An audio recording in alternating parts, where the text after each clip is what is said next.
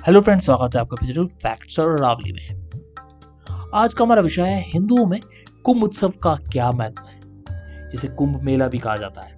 आध्यात्मिक, सांस्कृतिक, समाजशास्त्रीय और पारिस्थितिकीय और आर्थिक महत्व के अलावा कुंभ मेला मनोवैज्ञानिक दृष्टि से बहुत महत्वपूर्ण आयोजन है। यद्यपि प्रत्येक मनुष्य मूलतः शुद्ध और निष्कलंक होता है, फिर भी वह जाने अनजाने में पाप करता है और अपने जीवन के दौरान प्रायः अपराध बोध से ग्रस्त रहता है।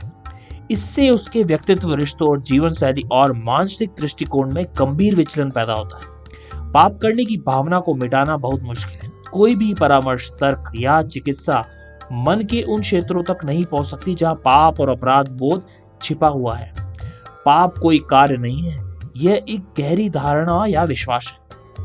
अपराध एक कार्य है और इसे कानून द्वारा परिभाषित किया गया है, लेकिन पाप करने के विचार के बारे में क्या, इससे कैसे निपटा जा सकता है? यदि इस विचार के साथ पिछले कर्मों की धारणा जुड़ी हुई है तो व्यक्ति पाप के अपराध बोध से ग्रसित रहता है। इसे संभालना कहीं अधिक कठिन है। मनोवैज्ञानिक उपचार के इस क्षेत्र में कुंभ अद्भुत काम करता है। यही चमत्कारी ईसाई धर्म में स्वीकारोक्ति की प्रथा के पीछे का काम भी करता है, जो अपराध बोध को मिटाता है। लोग अपने पापों, चाहे वह काल्पनिक हो या वास्तविक, के लिए क्षमा मांगने के लिए गंगा में जाते हैं। प्राचीन काल से राजसी और शांत गंगा में अपने जल में स्नान करने वाले सभी लोगों के पापों को अवशोषित करने और धोने की शक्ति रखती है।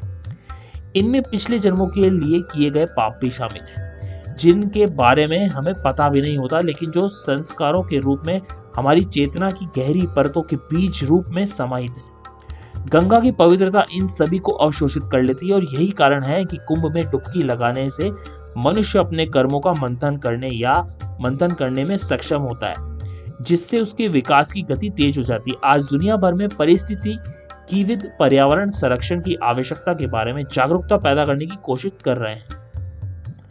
अगर हम उनकी चेतनावनियों पर ध्यान नहीं देते हैं तो हम जीने के अवसर सहित कई चीजें खो देंगे। 2005 की सुनामी प्रकृति का एक ऐसा कृत्य था जिसने मनुष्य को प्रकृति को हल्के में लेने की परिणामों के बारे में चेतावनी दी। कुंभ की परंपरा पारिस्थितिकीविदों को प्रभावित करनी चाहिए, क्योंकि वह वही हासिल करती हैं जो वह करने की कोशिश कर रहे हैं।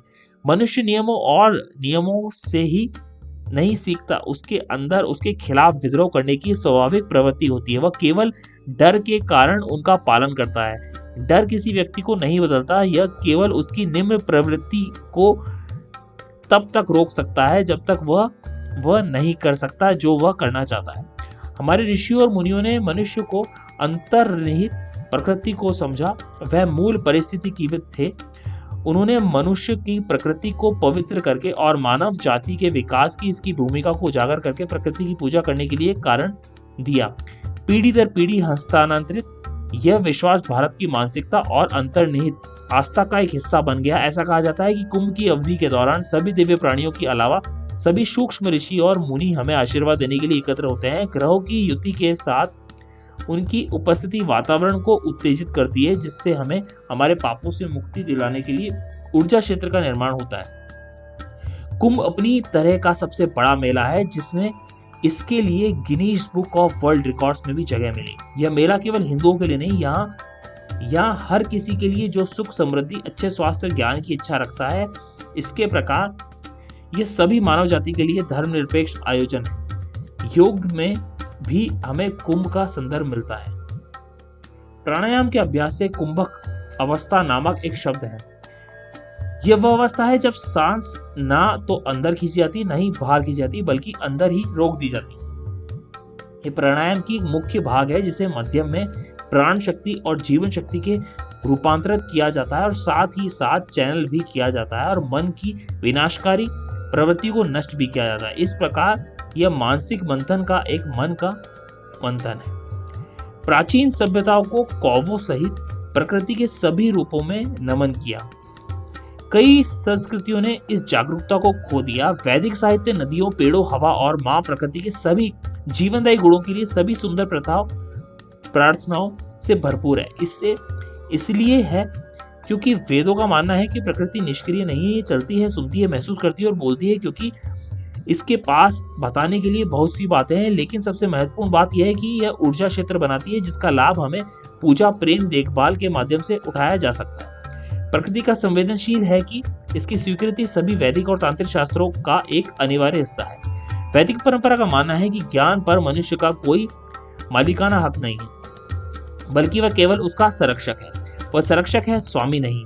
यह ज्ञान की कुंभ में कुछ ग्रहों की युति के विशेष क्षेत्र और जलाशय की देवीय ऊर्जा से भर देती है। वैदिक ऋषियों का बहुत पहले से ही ज्ञात था। याज्ञवल्क्य, भारद्वाज, वशिष्ठ, विश्वामित्र जैसे महान आध्यात्मिक शक्ति वाले ऋषियों ने प्रयाग में स्नान किया था। आज भी साधु और गृहस्थ लोग कुंभ के दौरान प्रयाग में कल्पवास या 1 महीने का व्रत रखते हैं। इस अवधि के लिए वे गंगा के तट पर अपना निवास बनाते हैं और सख्त नियमों का पालन करते हैं। भारत में महान सम्राटों में से एक हर्षवर्धन, जो 7वीं शताब्दी की शुरुआत में रहते थे, कुंभ मेले का संरक्षण करते थे और प्रयाग में कल्पवास भी करते थे। उन्होंने अपनी सारी संपत्ति और गरीबों को दे दी।